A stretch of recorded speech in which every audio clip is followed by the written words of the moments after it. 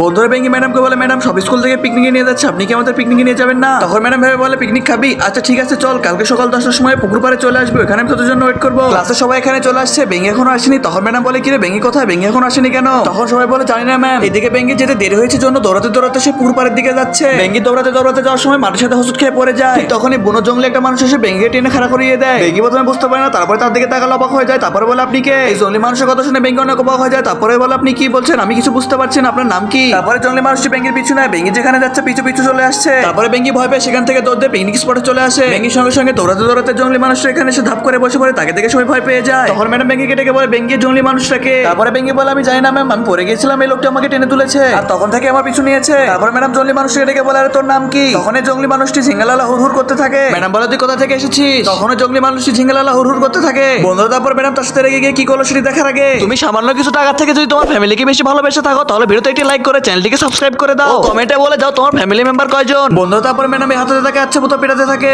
এটা থেকে বাচ্চারা ভয় পেয়ে গিয়ে কাঁপতে থাকে। ওই জঙ্গলি মানুষটিকে মারতে গিয়ে ম্যাডামেরই 12টা বেজে যায়। তারপরে ম্যাডাম মাথা ঘুরে পড়ে যায়।